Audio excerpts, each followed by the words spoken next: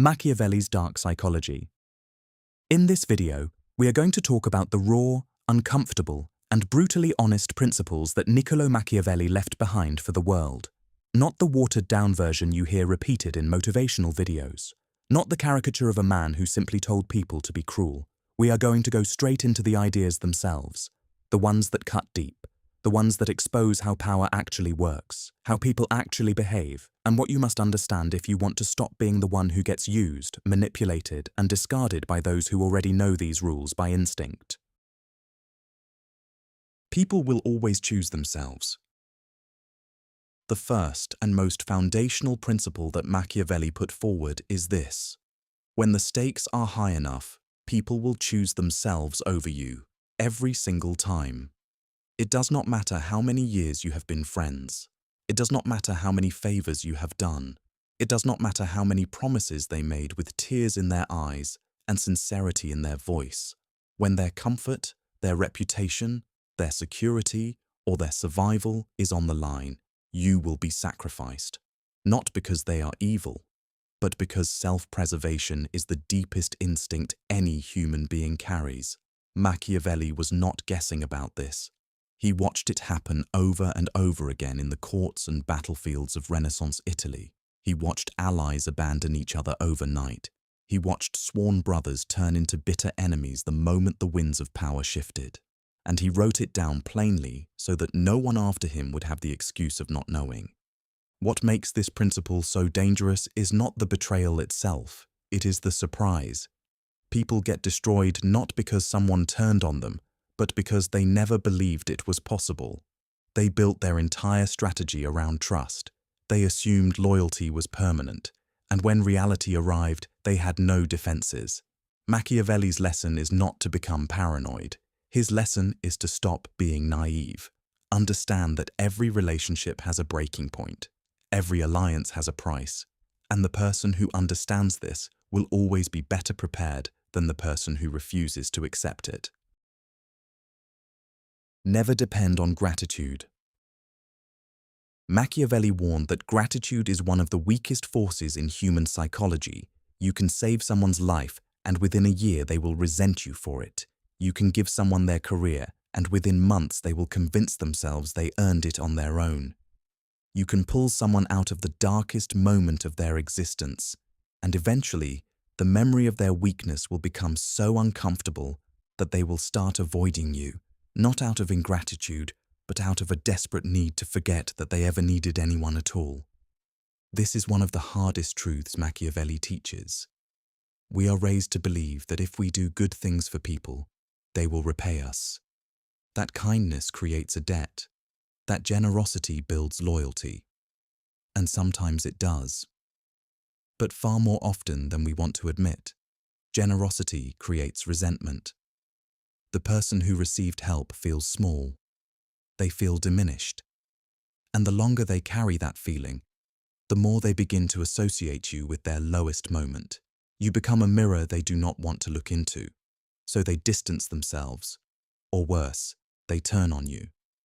Machiavelli's advice is devastatingly practical. Do not do favors expecting anything in return. If you choose to help someone, do it because it serves your own interests, or because you genuinely want to, but never because you are building a bank account of goodwill that you plan to cash in later. That bank account does not exist. People will take your generosity and rewrite the story in their own minds until they owe you nothing.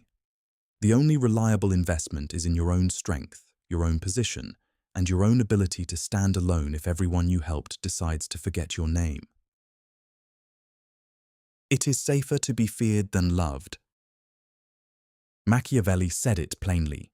If you cannot be both feared and loved, choose fear. This is the line that made him infamous. This is the line that got his book banned and his name turned into a curse word. But strip away the shock and look at what he is actually saying. Love is conditional. Love depends on the other person's feelings, their mood, their current circumstances, whether you are still useful to them. Love can evaporate overnight. You can be the most beloved person in a room, and the moment you can no longer give people what they want, you will watch that love drain out of their eyes like water through a cracked glass. Fear is different. Fear does not depend on feelings. Fear depends on consequences. When people know that there will be a real tangible cost for crossing you, for lying to you, for taking advantage of you, they adjust their behavior accordingly, not because they respect you, not because they care about you, but because they respect the consequences. And in a world where people's feelings change with the weather, consequences are the only thing you can rely on. But Machiavelli was careful here. He drew a sharp line between fear and hatred. A person who is feared is safe. A person who is hated is in danger. Fear keeps people in line. Hatred makes people desperate. And desperate people will do things that no rational calculation can predict. They will sacrifice themselves just for the chance to bring you down. So the rule is this: make sure people understand that crossing you has a cost. But never be so cruel, so petty, so needlessly vicious that they decide destroying you is worth any price. Fear is a tool. Hatred is a death sentence. The wise person knows where one ends and the other begins. In practical terms, this means you should never let people take advantage of you without consequences. If someone disrespects you, they need to feel the weight of that choice. Not through revenge or cruelty, but through distance, through the withdrawal of your time and attention and resources. People must learn that your boundaries are not suggestions, they are walls, and the person who tries to climb over them will find the drop on the other side is steeper than they expected. Always appear virtuous, but never be bound by virtue. Machiavelli argued that the successful person must appear to be everything that society admires. They must appear merciful, faithful, honest, humane, and religious. They must speak the language of virtue fluently. They must be seen at the right events, saying the right things, associating with the right causes. Their public image must be spotless, because in the eyes of the world, appearance is reality. Most people do not have the time, the energy, or the desire to investigate what you actually are. They will judge you entirely by what you appear to be, and the person who controls their appearance controls their reputation. But here is the darker part. Machiavelli said you must never be so bound by virtue that it becomes a cage. There will be moments when doing the right thing will destroy you. There will be moments when telling the truth will hand your enemies the weapon they need to finish you. There will be moments when showing mercy will be interpreted as weakness and will invite further aggression. In those moments, the person who clings to virtue out of stubbornness will be crushed, and the person who is willing to set virtue aside, temporarily and strategically, will survive. This does not mean Machiavelli was telling you to be a bad person. He was telling you to be a flexible one. He was telling you that rigid morality in a world of flexible people is a recipe for destruction. The world is full of people who will smile to your face and stab you the moment you turn around. If you insist on playing by rules that they abandoned long ago, you are not being noble. You are being a target. Machiavelli's counsel is to keep your morality, but to hold it loosely enough that it does not strangle you when circumstances demand adaptation. The key insight here is that people will forgive almost anything as long as you maintain the right image. A leader can make ruthless decisions behind closed doors and still be adored by the public, as long as the public never sees the ruthlessness directly. A person can break every rule in the book and still be respected by their peers, as long as they maintain the outward appearance of integrity. This is not how the world should work, but it is how the world does work. And Machiavelli believed that refusing to acknowledge this was the fastest path to failure. Control what people see. Machiavelli understood something that most people still do not grasp. You are not who you are. You are who people think you are. Your identity in the eyes of the world is not determined by your intentions, your values, or your inner life. It is determined by what people observe, the gestures you make, the words you choose, the moments you allow others to witness. And if you do not take deliberate control of those things, someone else will control the narrative for you, and they will not be kind about it. This is why Machiavelli placed such enormous emphasis on the management of perception. He argued that a single well-timed act of generosity could build a reputation that lasts for years. One visible moment of strength in a crisis could cement your authority more effectively than a decade of quiet competence. And conversely, a single moment of visible weakness could undo everything you had built. People do not evaluate you based on your full history. They evaluate you based on snapshots, on highlights, on the moments that made an emotional impression. And the person who understands this will curate those moments with the same care that an artist curates a gallery. The danger, of course, is in being passive. Most people drift through life, allowing others to form impressions of them at random. They say whatever comes to mind. They react emotionally in public. They share their insecurities freely.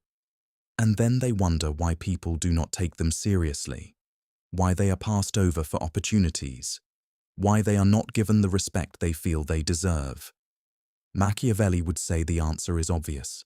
They handed control of their image to the world, and the world did with it whatever it pleased. The solution is not to be fake.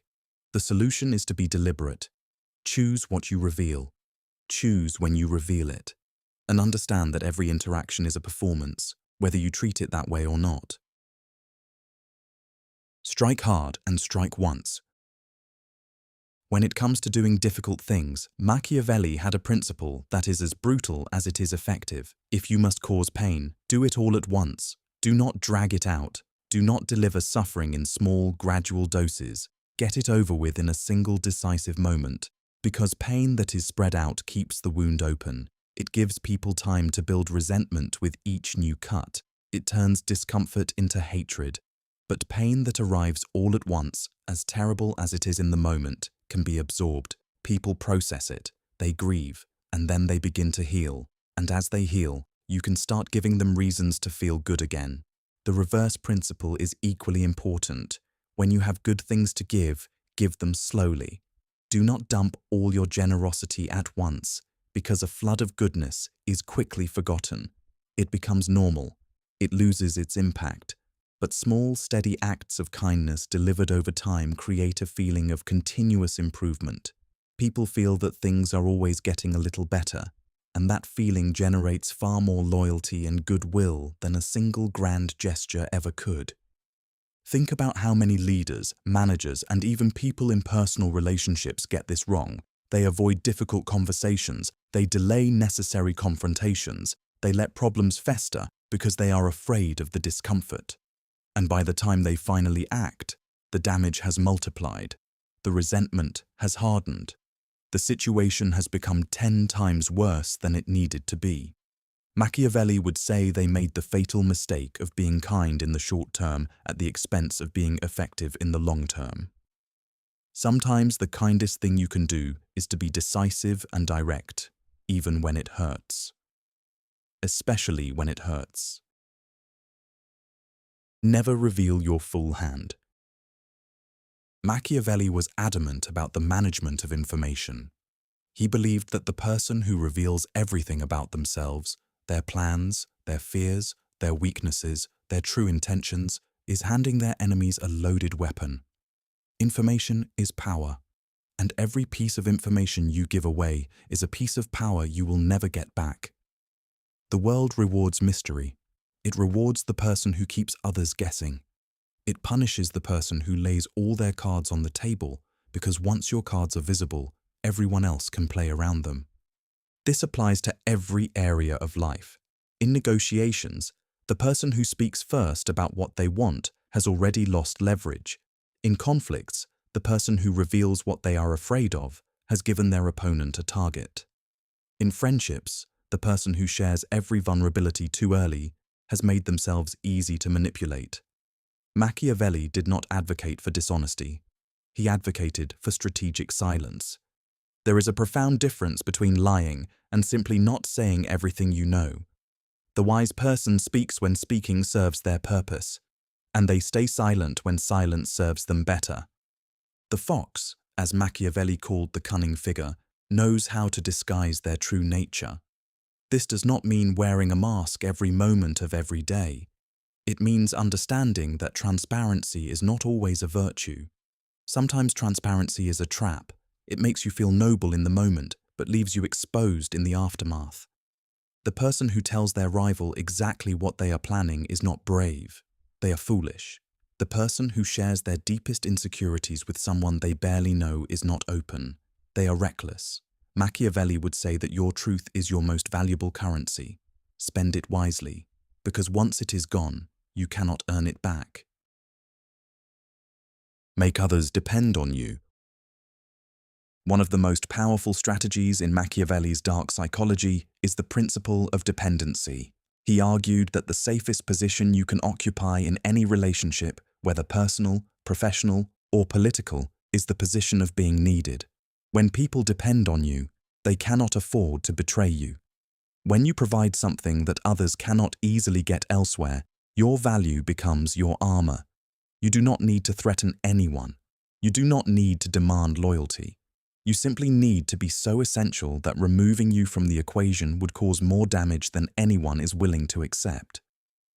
This is why Machiavelli placed such importance on the development of skills, knowledge, and resources that others need. The person who can be easily replaced has no power.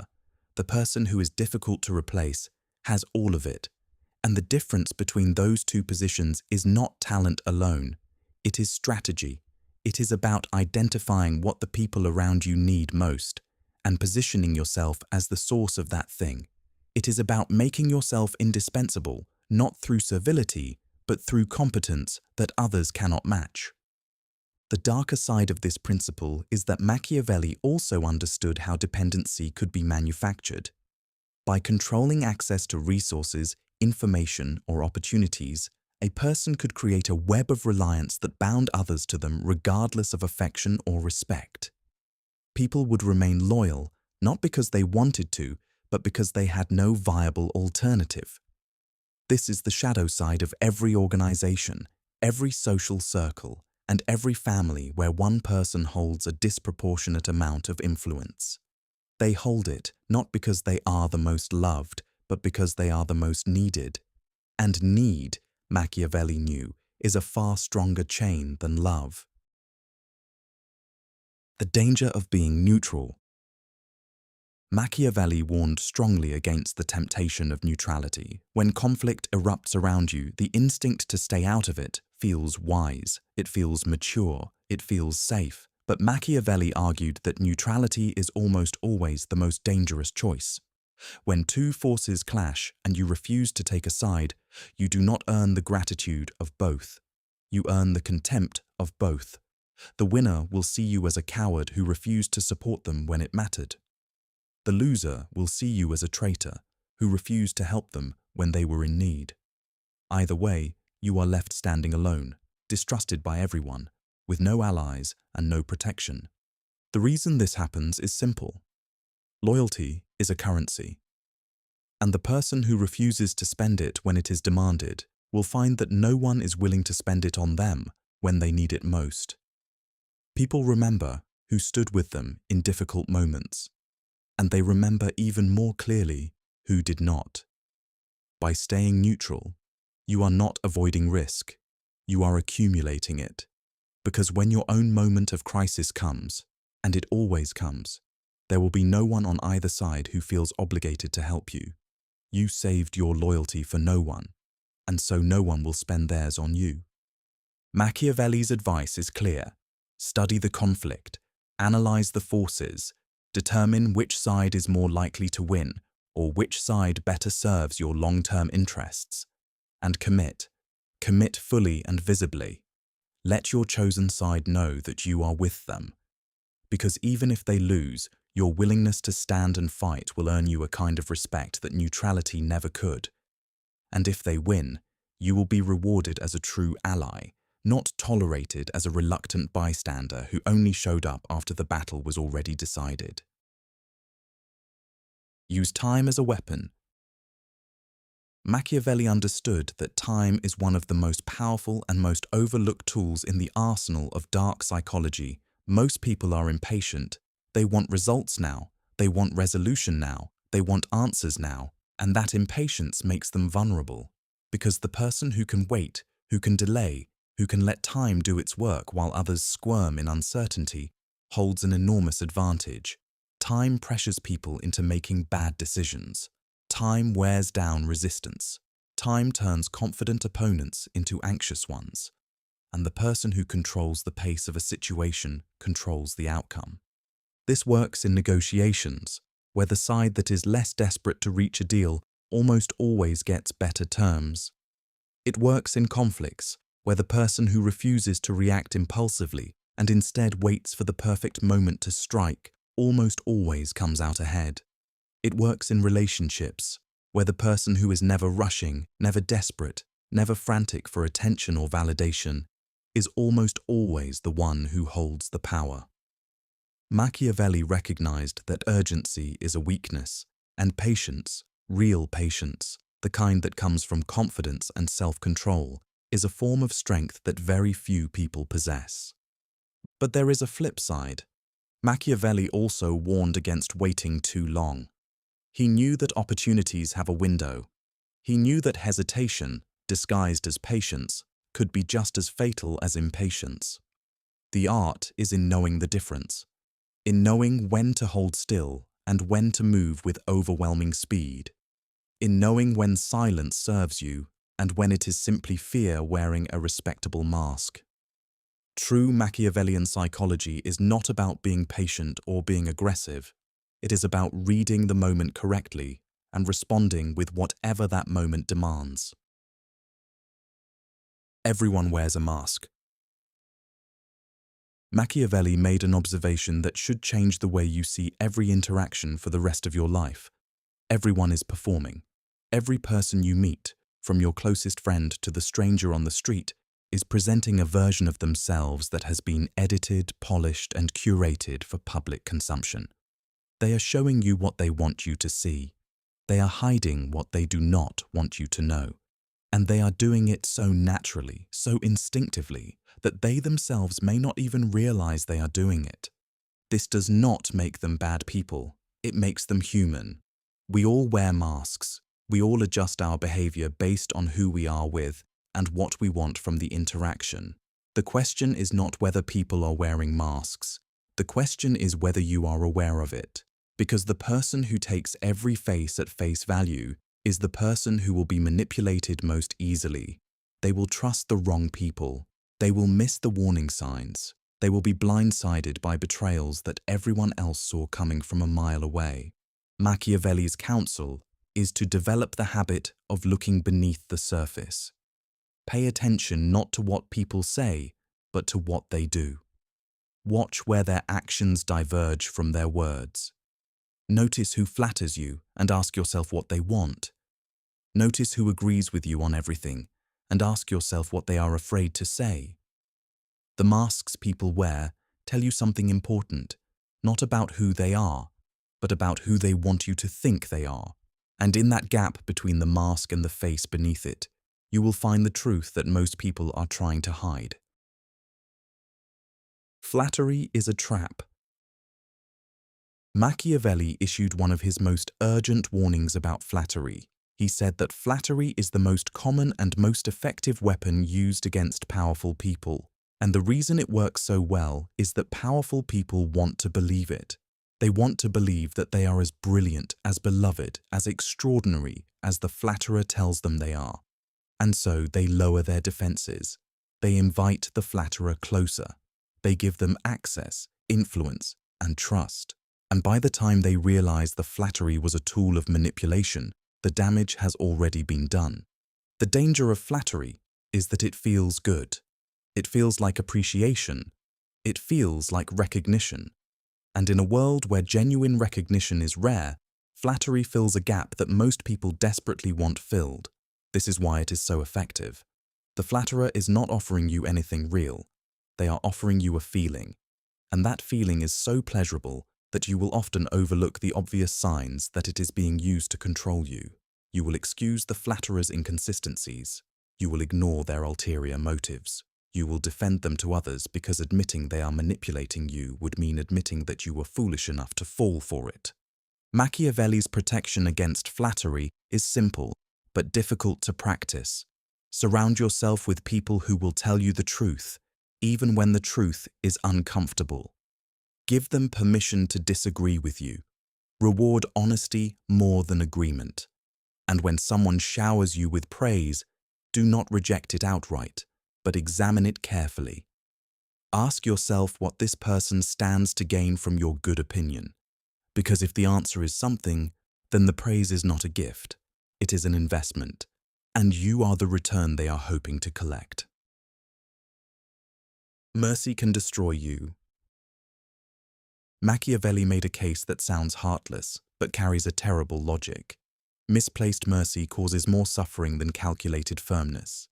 A leader who pardons every offense, who forgives every betrayal, who gives second chance after second chance, is not being kind. They are being negligent, because every act of unchecked mercy sends a signal to the world. It says that there are no consequences. It says that the rules do not apply. And when that signal is received, the predators, the manipulators, and the opportunists come out in force. Not because mercy invited them, but because mercy told them there was nothing to fear. Consider how often this plays out in everyday life.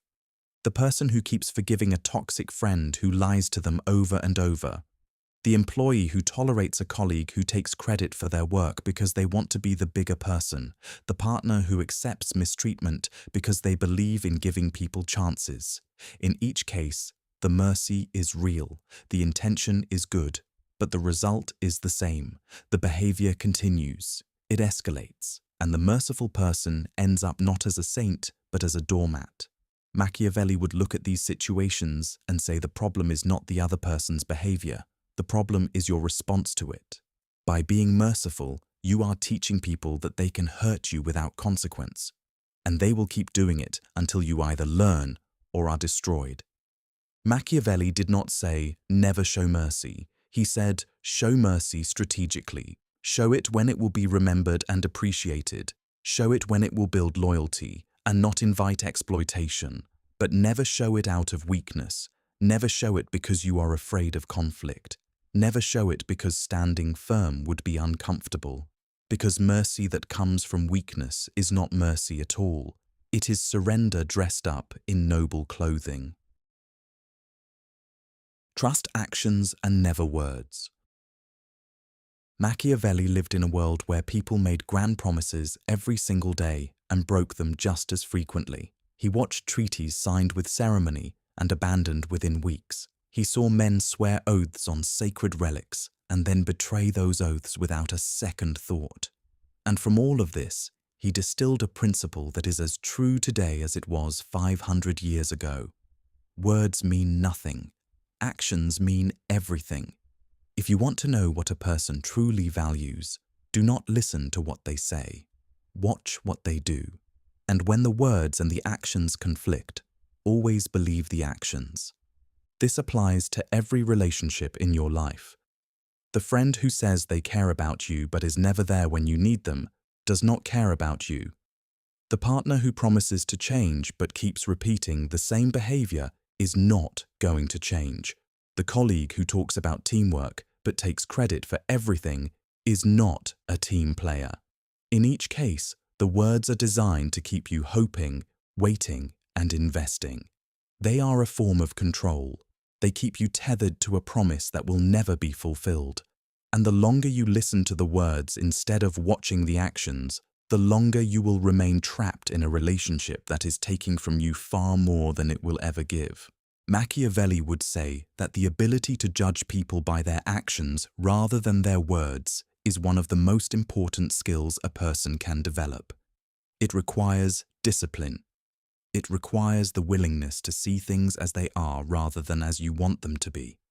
And it requires the courage to act on what you see, even when walking away from a beautiful lie means stepping into an uncomfortable truth. But the person who masters this skill will never be blindsided.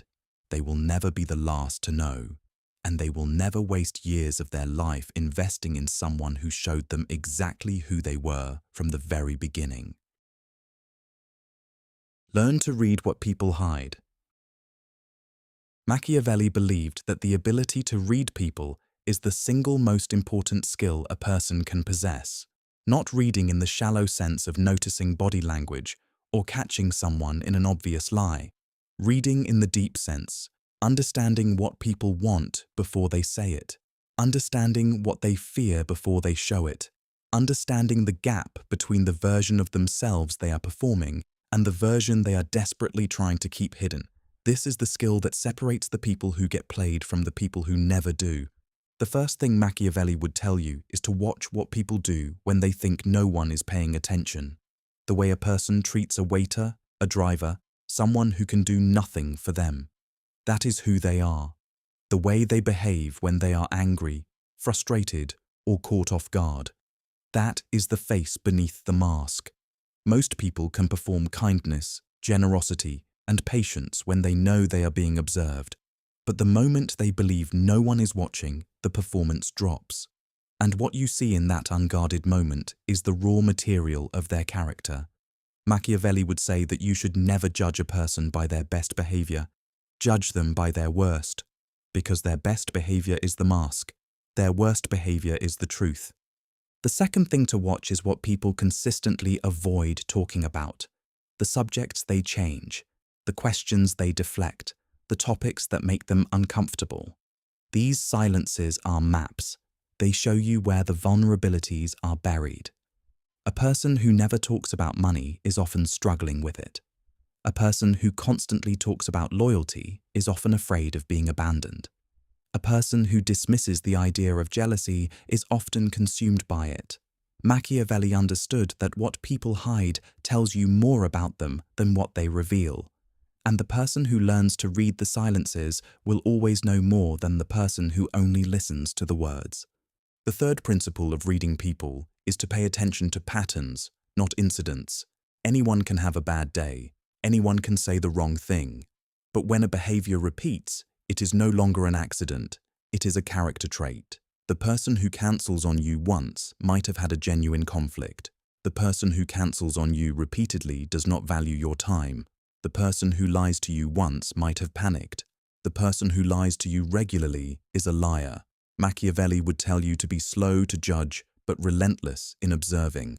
Gather data, look for repetition, and when the pattern becomes clear, believe it, even if the person insists the pattern does not exist.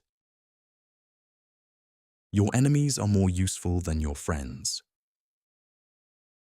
This is one of Machiavelli's most counterintuitive and most brilliant observations. Your enemies, the people who oppose you, who challenge you, who want to see you fail, are often more valuable to your growth and your survival than the people who love you. And the reason is simple. Your friends tell you what you want to hear. Your enemies tell you what you need to hear. Your friends protect your ego. Your enemies expose your weaknesses. Your friends make you comfortable.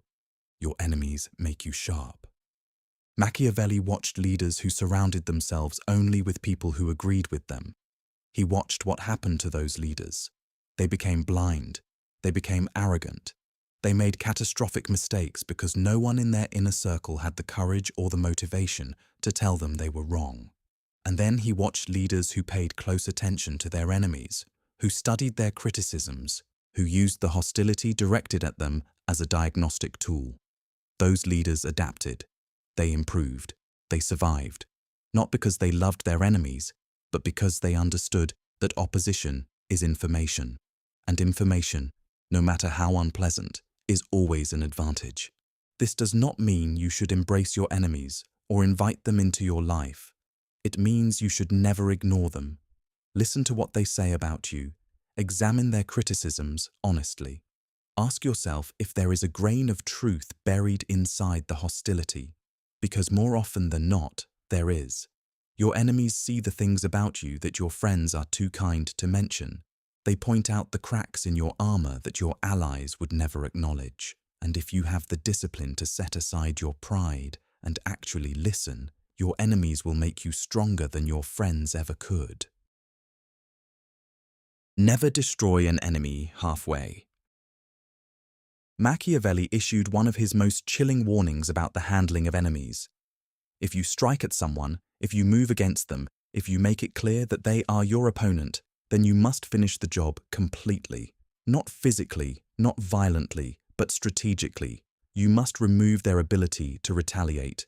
You must ensure that when the dust settles, they do not have the resources, the influence, or the position to come back and hurt you. Because a wounded enemy is the most dangerous creature in the world. They have nothing left to lose. They have a burning desire for revenge, and they will spend every waking moment looking for the opportunity to destroy you. This is where most people make a fatal error. They confront someone, they win a battle, and then they back off, thinking the conflict is over. They show mercy at exactly the wrong moment. They leave their opponent bruised but standing, humiliated but still capable. And that opponent does not forget. They do not move on. They do not accept their defeat gracefully. They plot. They wait. They gather strength in the shadows. And when you have let your guard down, when you have moved on and stopped thinking about them, they strike. And this time, they do not make the same mistake you did. They finish what they started. Machiavelli's counsel is not cruelty for its own sake. It is strategic completeness. If you must enter a conflict, enter it with the commitment to end it decisively. Do not wound when you can disarm. Do not push someone back when you can remove them from the field entirely. Make sure that when the confrontation is over, your opponent has no path back to relevance in your world. This sounds harsh. It is harsh. But the alternative is spending the rest of your life looking over your shoulder, waiting for the counterattack you allowed to happen by being thorough in your offense, but merciful in your follow-through. The crowd is easily deceived. Machiavelli had a devastating assessment of how most people think. The majority of human beings do not think critically. They react to emotions. They follow whoever speaks with the most confidence. They believe whatever story is repeated most often. And they accept even the most obvious manipulation as long as it is wrapped in the right packaging. This is not because people are stupid. It is because thinking is exhausting. Most people are busy, distracted, and overwhelmed. They do not have the energy to examine every claim that comes their way. So they take shortcuts, they trust appearances, they follow the crowd. And the person who understands this has an almost limitless ability to shape what others believe. Machiavelli saw this at work in every political arena he observed. He watched leaders manufacture crises to distract the public. He watched them create external enemies to unite people behind a cause that served only the leader's interest. He watched them repeat lies so confidently that the lies became accepted truths. And he noted that the more outrageous the manipulation, the less likely people were to question it, because people assume no one would dare deceive them so boldly. And that assumption is exactly what the deceiver relies on. For you, the practical lesson is this. Do not assume that what everyone believes is true. Do not assume that the loudest voice in the room is the most honest one. Do not assume that because a story has been repeated 1,000 times, it must be accurate. Develop the habit of questioning everything, not with paranoia, but with healthy skepticism. Ask who benefits from this narrative. Ask what is being left out of this story. Ask why this particular version of events is the one being promoted. Because in a world where the crowd is easily led, the person who refuses to follow blindly is the person who sees the traps before they close. Generosity must be calculated. Machiavelli had a perspective on generosity that will make most people uncomfortable. He argued that generosity, when practiced without strategy, is one of the fastest paths to ruin. The person who gives freely, who shares without limit, who is known for their open hand and their willingness to help anyone who asks, will eventually find themselves drained, not just financially, but emotionally and socially. Because generosity without boundaries attracts parasites. It attracts people who see kindness not as a gift but as a resource to be extracted. And once the word spreads that you are someone who gives without demanding anything in return, the line of people waiting to take from you will never end.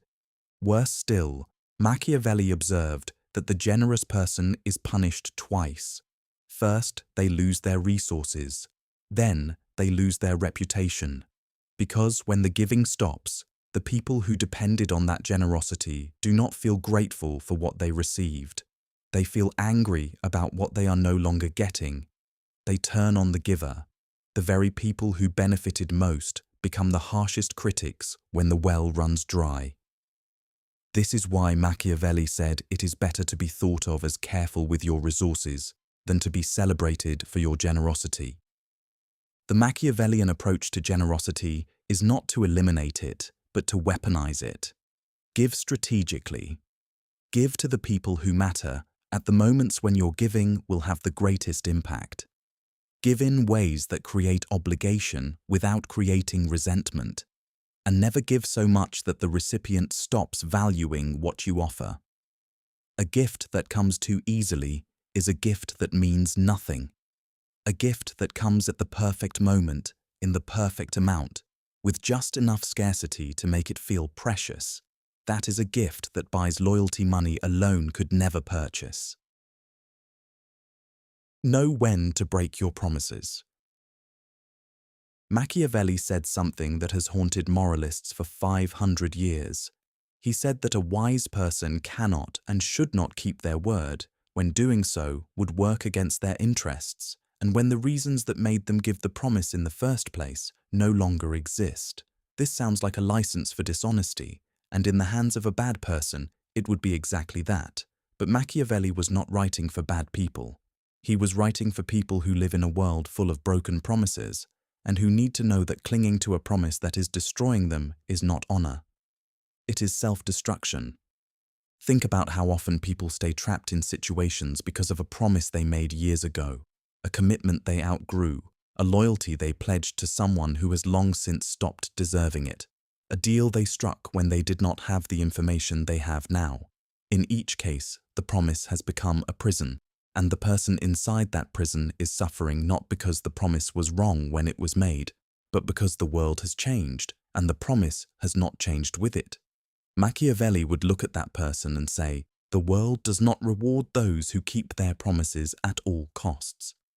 The world rewards those who know when a promise has become a chain and who have the courage to break it." But Machiavelli added a crucial condition. When you break a promise, you must always have a good reason that you can present convincingly. People will forgive a broken promise if they understand why it was broken. They will even respect it if the reason is compelling enough. What they will not forgive is a broken promise that looks like simple betrayal. The art is not in breaking promises carelessly. The art is in knowing which promises serve you and which ones are killing you, and in managing the narrative around the ones you choose to release.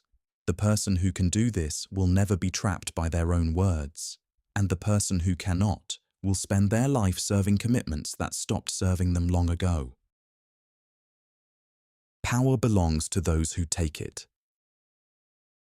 Machiavelli was brutally clear on one point that most people would rather not hear. Power is never given, it is taken. No one is going to hand you influence, authority, or control over your own life out of the goodness of their heart. The people who currently hold power have every incentive to keep it. They are not looking for worthy successors. They are not scanning the room for talented individuals to elevate. They are protecting what they have, and if you want a share of it, you are going to have to go and get it yourself. This is true in every arena. In your career, no one is going to promote you because you quietly do good work and wait your turn. The people who rise are the ones who make their value visible, who position themselves at the center of important projects, who build relationships with the people who make decisions. In your personal life, no one is going to respect your boundaries unless you enforce them. The people who get respect are the ones who demand it, not with aggression, but with the unmistakable clarity of someone who knows their own worth. In every domain, the pattern is the same. The passive are overlooked, the active are rewarded, and the bold are feared. Machiavelli did not see this as unfair. He saw it as natural. Power flows toward the person who reaches for it, and away from the person who waits for it. This is not a moral statement. It is an observation about how human systems work, and the person who understands it will stop waiting for permission, stop waiting for recognition, Stop waiting for someone to notice their potential and hand them the keys. They will go and get the keys themselves, and they will do it knowing that the world does not owe them anything, and that everything they want must be earned, claimed, and defended. The appearance of weakness invites attack. Machiavelli warned that nothing draws predators faster than the appearance of weakness. In the natural world, the lion does not attack the strongest member of the herd. It attacks the one that looks injured, the one that is limping, the one that has fallen behind. Human beings are no different. The person who appears uncertain, who hesitates, who broadcasts their doubts and insecurities to the world, is the person who will be targeted, not necessarily by people who are consciously predatory, but by the simple, relentless logic of social dynamics. Weakness invites pressure, and pressure, once applied, tends to increase until the weak person either breaks or learns to project strength. This does not mean you can never be vulnerable. It means you should be strategic about when and with whom you show vulnerability. In private, with people you have tested and trusted, vulnerability is a form of intimacy and connection. In public, in competitive environments, in any situation where others stand to gain from your loss, vulnerability is a liability. Machiavelli would tell you to save your tears for the people who love you and to show the world a face that says you are not someone to be tested. Projecting strength does not require aggression or arrogance. It requires composure. It requires the ability to remain calm when things go wrong. It requires the willingness to make difficult decisions without visible hesitation. It requires a steadiness that tells everyone around you that you are not rattled, that you have been through worse, and that whatever is happening right now is well within your capacity to handle. This is the kind of strength that Machiavelli valued most, not the loud, chest-beating kind that is often just insecurity in disguise, but the quiet, immovable kind that makes people think twice before they challenge you. Divide those who oppose you. One of the oldest and most effective strategies in Machiavelli's arsenal is the principle of division. If you face a group of opponents, do not fight them as a unified force. Break them apart. Find the cracks in their alliance. Identify the member who is least committed, the one who has the most to gain by switching sides, the one who secretly resents the others. Target that person. Offer them something. Drive a wedge between them and their allies, because a unified opposition is dangerous. A divided opposition is manageable, and a fragmented opposition is defeated before the battle even begins. Machiavelli watched this strategy play out in the politics of his time with devastating effectiveness. He saw how a ruler could neutralize a coalition of enemies, not by fighting them all at once, but by peeling them away one at a time. A private deal with one, a false promise to another, a rumor planted to create suspicion between two allies. Each small act of division weakened the whole, until what had been a fearsome alliance was reduced to a collection of isolated individuals who could be dealt with one by one. The principle is simple. People united are strong. People divided are weak. And the person who controls the divisions controls the outcome. In your own life, this principle applies whenever you face coordinated opposition. Maybe it is a group at work that has turned against you. Maybe it is competitors working together to undermine your position. The worst thing you can do is confront the group as a whole. The best thing you can do is identify the weakest link, the person who has the least to gain from opposing you, and begin there. Not with hostility, but with conversation and understanding. Machiavelli would tell you that you do not need to defeat every opponent. You just need to make sure they never stand together. Never let emotions make your decisions. Machiavelli believed that emotion is the single greatest threat to intelligent action, not because emotions are bad, but because emotions are blind. They react to the moment. They do not consider consequences. They amplify fear, anger, pride, and desire to the point where rational thought becomes impossible, and the decisions made in that state are almost always the decisions you will regret most deeply.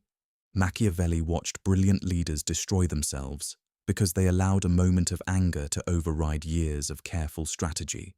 He watched careful plans collapse because someone let their ego make a choice that their mind never would have approved. The Machiavellian approach to emotions is not suppression, it is delay. When you feel a surge of anger, do not act on it immediately. When you feel a rush of excitement, do not commit to anything until the feeling has passed. When you feel the sting of an insult, do not respond while the sting is still fresh. Give yourself time, an hour, a day, a week if necessary. Because the person you are when you are emotional is not the person you want making important decisions. That person is reactive, impulsive, and easily manipulated. The person you are when the emotion has passed is calmer, clearer, and far more dangerous to anyone who hoped your feelings would make you stupid. This is especially important when someone is deliberately trying to provoke you. Machiavelli understood that provocation is one of the oldest tactics in the book. Your enemy says something designed to humiliate you. Your rival makes a move designed to infuriate you. A person in your life pushes exactly the button they know will make you lose control. And the moment you react, the moment you let the emotion take over, you have handed them exactly what they wanted. You have given them power over your behavior. You have become predictable, and a predictable opponent is a defeated opponent. The strongest response to provocation is no response at all. Or better yet, a response so calm and measured that the person who tried to rattle you realizes they have failed completely. That composure is more intimidating than any outburst could ever be. Build alliances before you need them. Machiavelli emphasized that the time to build an alliance is not when you are in crisis, it is when you are strong. The person who reaches out to others only when they are desperate will find that no one wants to ally with a sinking ship. People want to be associated with success. They want to stand next to strength. And if you wait until you are struggling to start building relationships, you will discover that the only people willing to help you are the ones who want to exploit your weakness. This is why Machiavelli counseled leaders to cultivate relationships during times of peace and prosperity. Do favors when you do not need anything in return. Build goodwill when you are in a position of strength. Make connections with people who may be useful in the future, even if you have no immediate need for them, because when the crisis comes, and it will come, the alliances you built during good times will be the lifelines that save you. The people you helped when they needed it and you did not will remember, and they will be far more willing to help you than anyone you approach cold in the middle of your darkest hour. But Machiavelli also warned about the nature of alliances. They are not friendships. They are arrangements of mutual benefit, and the moment the benefit disappears, the alliance is at risk. This means you must constantly maintain the value you bring. You must make sure the people in your network have ongoing reasons to stay connected to you. The best alliances are the ones where both parties need each other equally. The most dangerous alliances are the ones where the need is one-sided, because the side that needs less holds all the power. Reputation is your greatest weapon. Machiavelli said that reputation, once established, does most of your fighting for you. A strong reputation precedes you into every room. It negotiates on your behalf before you open your mouth. It discourages opponents from challenging you because they have already decided they cannot win. It attracts allies because people want to be on the side of someone who is known for winning. Your reputation is not just an accessory to your power, it is the foundation of it. Without it, you must fight every battle from scratch. With it, many battles are won before they even begin. But Machiavelli also warned that reputation is fragile. It takes years to build and moments to destroy. A single visible failure, a single public humiliation, a single act of weakness that becomes widely known, any of these can shatter the image you spent a lifetime constructing.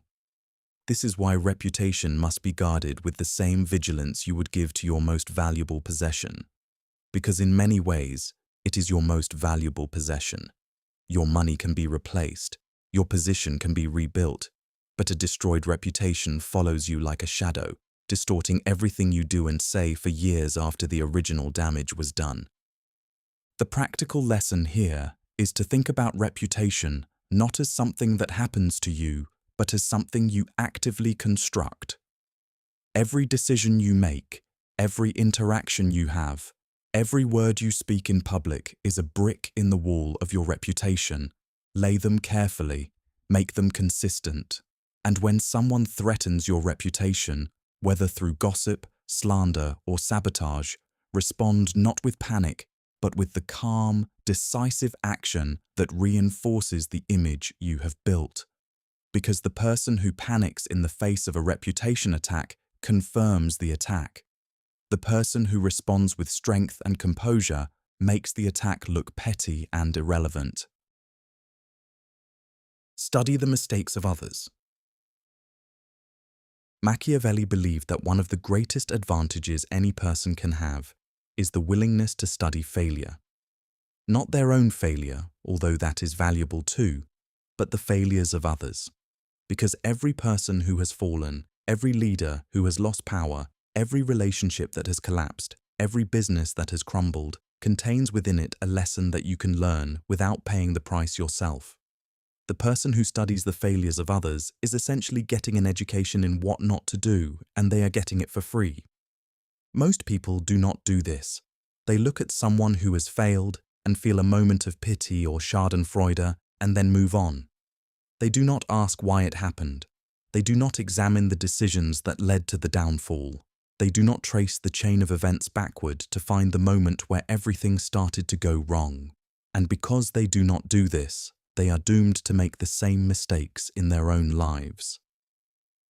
Machiavelli would say that every fallen leader is a textbook, every destroyed career is a case study, and every broken relationship is a warning written in someone else's pain that you can read without bleeding.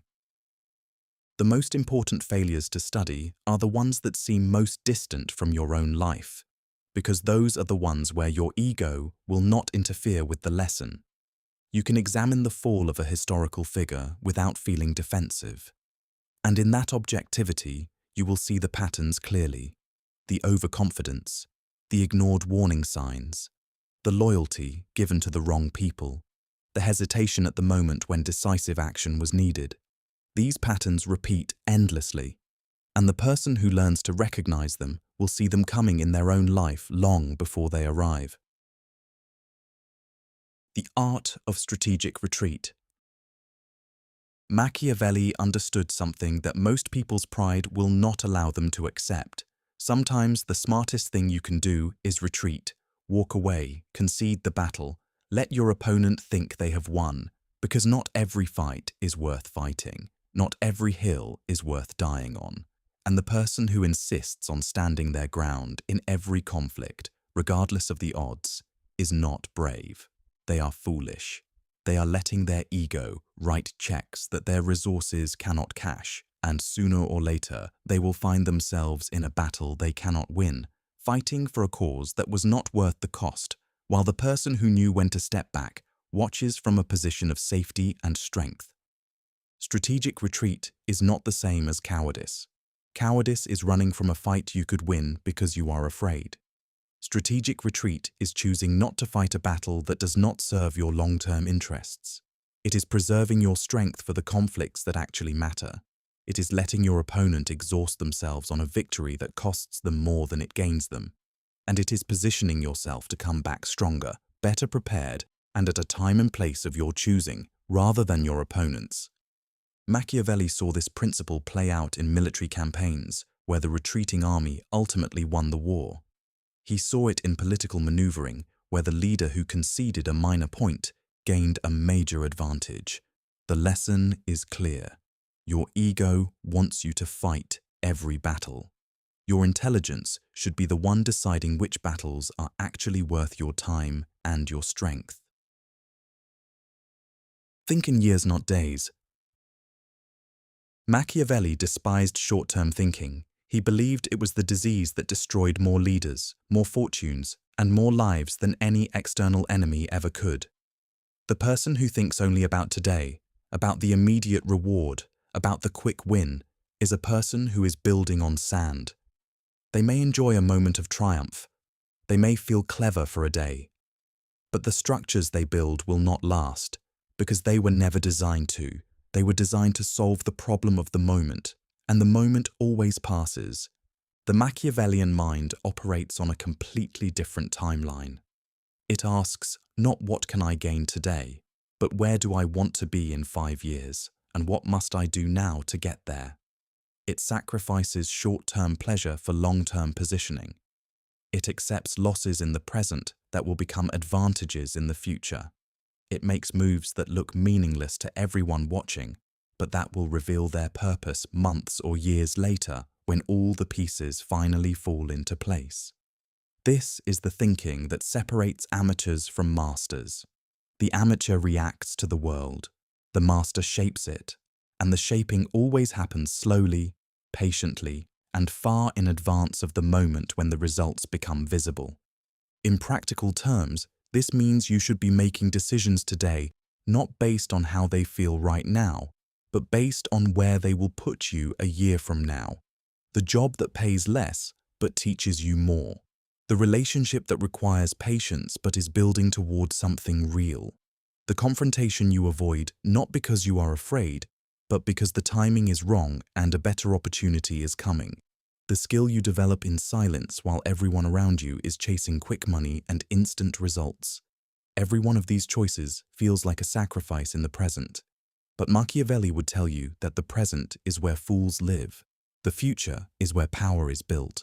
And the person who can endure temporary discomfort for permanent advantage will always outlast the person who chases comfort at the expense of their future. The world is full of people who took the easy path and wondered why it led nowhere. It led nowhere because easy paths are designed for traffic, not for destinations. Let others do the work, while you take the credit. This is one of Machiavelli's most ruthless principles, and it is one that operates at the highest levels of every organization, every government, and every social hierarchy on Earth. The person at the top is rarely the one who did the most work. They are the one who positioned themselves to receive the credit. They identified talented people. They delegated effectively. They put themselves at the center of the project without being responsible for the details. And when the results came in, they were the face that everyone associated with the success. Machiavelli was not endorsing laziness. He was describing a strategic reality. The person who does all the work themselves becomes a worker. The person who organizes the work of others becomes a leader. And the world rewards leaders far more generously than it rewards workers. This is not fair. It is not just, but it is true. And the person who refuses to accept this will spend their life exhausted, underappreciated, and watching less talented but more strategic people rise above them. The key to this principle is not exploitation. It is positioning. You must be the person who connects the dots, the person who brings the right people together, the person who defines the vision that everyone else executes. When you occupy that position, the credit flows to you naturally, not because you stole it, but because you are perceived as the architect. And perception, as Machiavelli taught us again and again, is the only reality that matters in the arena of power. The worker who resents this dynamic will remain a worker forever. The person who understands it will learn to build teams, delegate authority, and place themselves at the center of every outcome that matters. This is not about doing less. It is about doing the right things, the things that position you at the top of the chain rather than buried somewhere in the middle of it. Create the illusion of freedom. Machiavelli understood that the most effective form of control is the kind that does not feel like control at all. The moment people feel forced, they resist. The moment they feel trapped, they rebel. The moment they sense that someone is pulling their strings, they will cut those strings even if it means hurting themselves in the process. Human beings have a deep, almost primal need to feel free. And the person who understands this need can use it to guide others with extraordinary precision. The technique is simple in concept and devastating in practice. Instead of telling people what to do, you shape the environment so that the thing you want them to do becomes the obvious choice. You do not command, you arrange. You present options where every path leads to the outcome you desire. You remove the alternatives that do not serve your interests so quietly that no one notices they are gone. And the people who walk the path you designed will do so with a smile, convinced that they are exercising their own judgment and following their own will. This operates everywhere. The manager who does not order their team to work late, but creates a culture where working late is seen as a badge of honor and leaving on time is seen as a lack of commitment. The partner who does not demand control, but slowly becomes the one who makes every decision by framing their preferences as shared conclusions. The friend who never asks you to stop seeing other people, but subtly makes you feel guilty every time you do. The leader who does not ban dissent, but makes the cost of disagreement so subtle and so consistent that silence becomes the rational choice. In each case, control is total, and in each case, it is invisible. Machiavelli would say, this is the highest art of power. Not the power that forces, but the power that persuades people they were never forced at all. If you have ever felt strangely compelled to do something without being able to explain exactly why, you have already experienced this principle from the receiving end. Make people need your approval. One of the most potent psychological weapons Machiavelli identified is the power of approval. Human beings are wired to seek validation. From the moment we are born, we look to others to tell us that we are good enough, smart enough, worthy enough. And this need does not disappear with age. It simply becomes more sophisticated. The child who wanted a parent's praise becomes the adult who wants a boss's recognition, a partner's admiration, a peer's respect. And the person who positions themselves as the source of that approval holds a power that is almost impossible to resist. The way this works is through selective reinforcement. You do not praise everything. You do not validate every effort. If you did, your approval would become meaningless, like a currency that has been printed into worthlessness. Instead, you are generous with your attention, but strategic with your praise. You notice everything, but you only acknowledge the things that serve your interests. When someone does what you want, they receive warmth, recognition, and encouragement. When they do something that does not serve you, they receive nothing, not punishment, not criticism, just absence.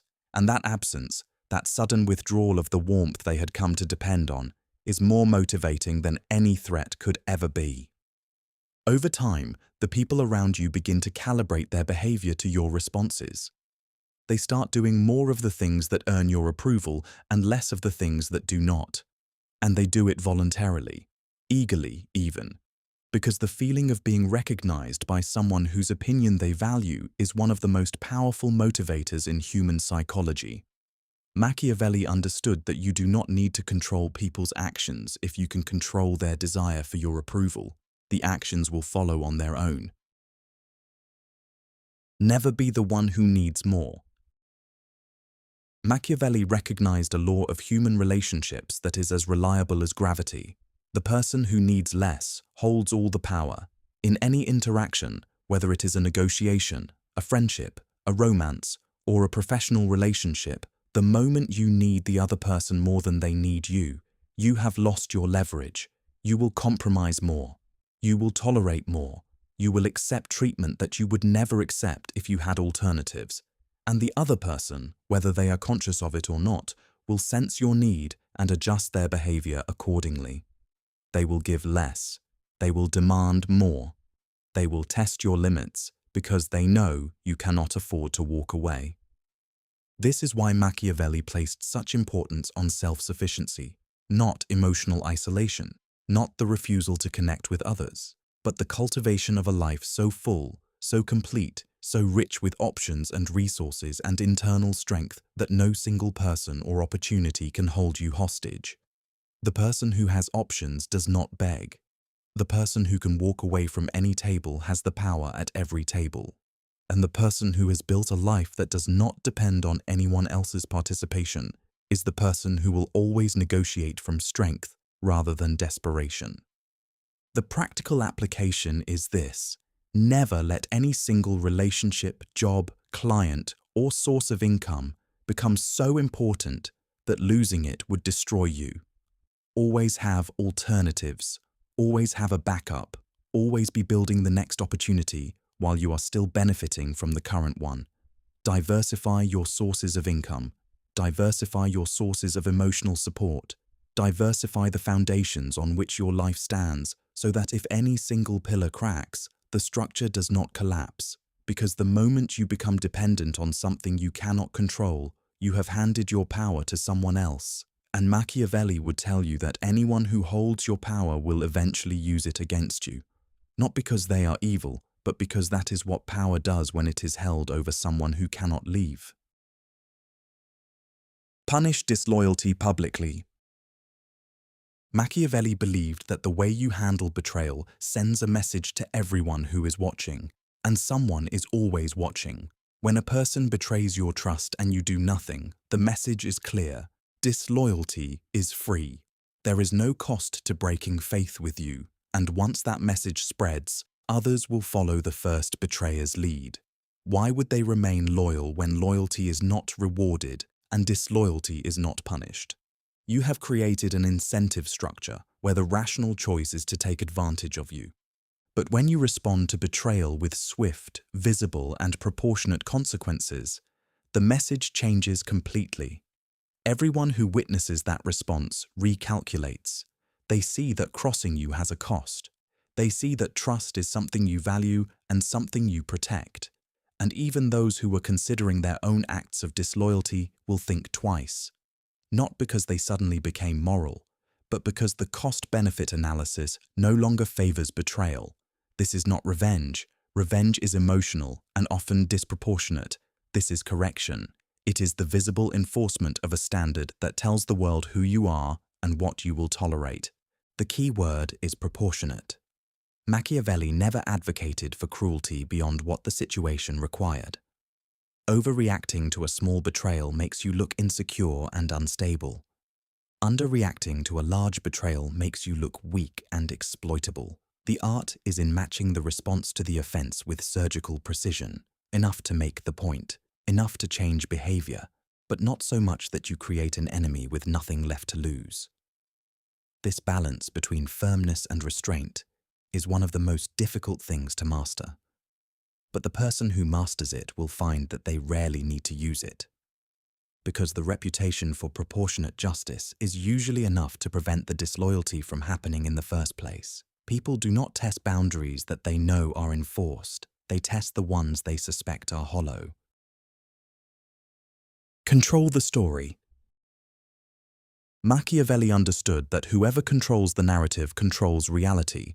Facts do not speak for themselves. They never have. Facts are raw material. They can be assembled into 100 different stories depending on who is doing the assembling.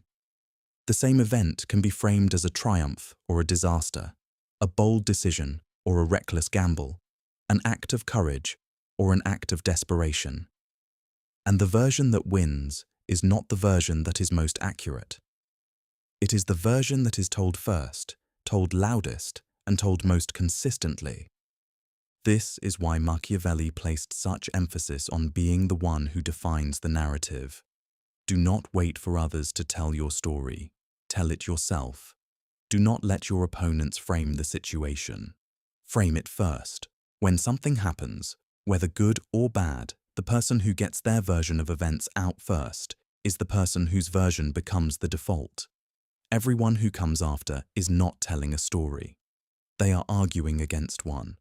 And arguing against an established narrative is exponentially harder than establishing one in the first place. In your own life, this means taking active control of how events are interpreted. When you make a difficult decision, do not leave it to others to explain why you did it. Explain it yourself. When a conflict arises, do not assume that the truth will eventually come out on its own. It rarely does. What comes out is the version promoted by the most motivated storyteller. If you are not that storyteller, you are the character in someone else's story. And they will not write you kindly. This applies to your professional life, where the narrative around your performance can make or break your career regardless of the actual quality of your work. It applies to your personal relationships, where the person who tells the story first after a breakup or a falling out is the person whose version becomes the accepted truth. Machiavelli would say that the person who lets others control their narrative is the person who has already surrendered the most important battle of all. Become impossible to predict. Machiavelli valued unpredictability as one of the highest strategic virtues. The person who is predictable is the person who is controllable. If your opponents know what you will do in any given situation, they can plan around you. They can set traps for you. They can manipulate you by creating the exact conditions that trigger your predictable response. But the person who is unpredictable cannot be trapped. They cannot be manipulated through formula. And they cannot be planned against, because no one knows what they will do next. This does not mean being random or chaotic. It means being deliberate about not falling into patterns that others can exploit. It means sometimes responding to aggression with silence, and sometimes responding with overwhelming force. It means sometimes being generous when people expect you to be firm, and sometimes being firm when people expect you to be generous. It means keeping people slightly off balance, never quite sure where they stand with you, never quite sure what your next move will be. This uncertainty is not cruelty, it is protection, because the person who keeps others guessing is the person who retains the greatest freedom of action. And freedom of action, the ability to choose your response based on what the situation actually requires rather than what people expect you to do, is one of the most valuable assets any person can hold. Machiavelli observed that the leaders who lasted longest were not the strongest or the smartest. They were the ones who could not be figured out. Their allies stayed loyal because they never knew what disloyalty might provoke. Their enemies stayed cautious because they could not predict what an attack might trigger. And the people around them stayed engaged because there was always an element of surprise, always a sense that something unexpected might happen. Predictability breeds contempt. Unpredictability breeds respect. And in the calculus of power, respect will carry you further than any other currency. Use generosity as a chain. We discussed in part 2 how generosity can be calculated. Now let us go further. Machiavelli understood that a well-placed gift is not an act of kindness, it is a transaction. When you give someone something they value, you create a debt. Not a formal debt, not one they will acknowledge openly, but a psychological debt that sits in the back of their mind, quietly influencing their behavior. They feel obligated, they feel that they owe you something. And that feeling of obligation, when managed correctly, is one of the most powerful levers of influence available. The art is in the giving. You must give in a way that feels generous, but that costs you less than the recipient believes. You must give at moments when the gift will be felt most deeply, when the person is struggling, when they are in need, when the gesture will create an emotional imprint that lasts far longer than the material value of the gift itself. And you must never ask for anything in return, not directly, because the moment you ask, you convert the gift into a transaction, and transactions can be settled and closed. An unspoken debt, on the other hand, remains open indefinitely. It lingers, it grows, it becomes part of the relationship's foundation, a quiet force that shapes every future interaction without either party ever naming it explicitly. And it gives you a claim on the other person's behavior that no contract could ever match. Machiavelli watched leaders use this principle to build entire networks of loyalty. A favor here, a timely intervention there, a quiet word of support when no one else was willing to speak. Each act seemed spontaneous and selfless, but each one was a thread in a web that bound the recipient to the giver in ways they barely understood. The people caught in this web were not prisoners. They were willing participants. They felt grateful. They felt valued. And they repaid that feeling with loyalty, support, and service that far exceeded the original cost of the gift. This is generosity as architecture, not the giving of things, but the building of invisible structures that hold people in place through the force of their own emotions. Absorb the tactics of your opponents. Machiavelli believed that the truly powerful person is not someone who has a single strategy and executes it flawlessly. The truly powerful person is someone who can absorb the strategies of others and add them to their own arsenal. When you face an opponent who is better than you at something, do not simply try to counter them. Study them. Learn what they do that works. Understand the principles behind their effectiveness, and then take those principles and make them your own. The greatest fighters in history did not win by mastering one style. They won by learning every style and choosing the right one for each opponent. This requires a quality that most people lack. It requires the humility to admit that someone else has something to teach you.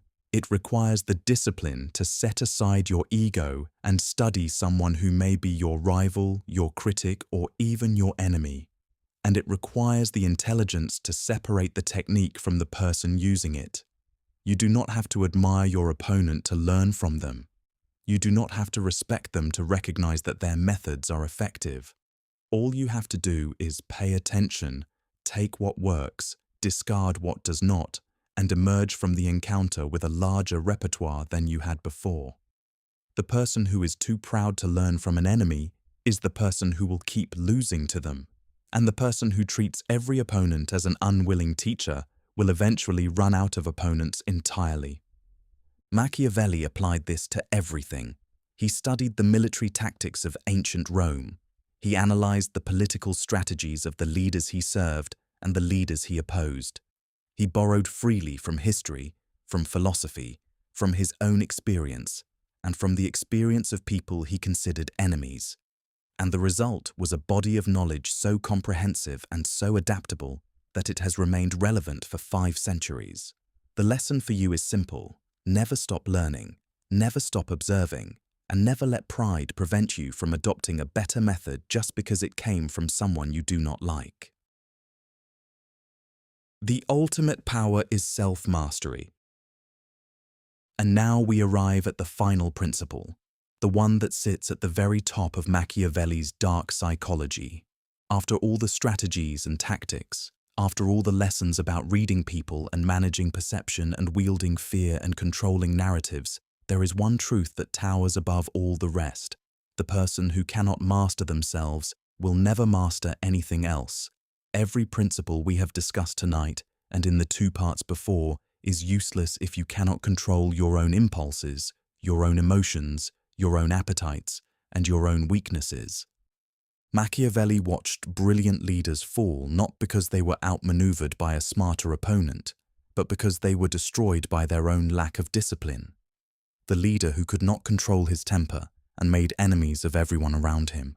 The strategist who could not control her desire for luxury and spent her way into ruin. The negotiator who could not control his pride and walked away from deals that would have made him powerful. In every case, the destruction came from within. The enemy was not outside the gates. The enemy was in the mirror.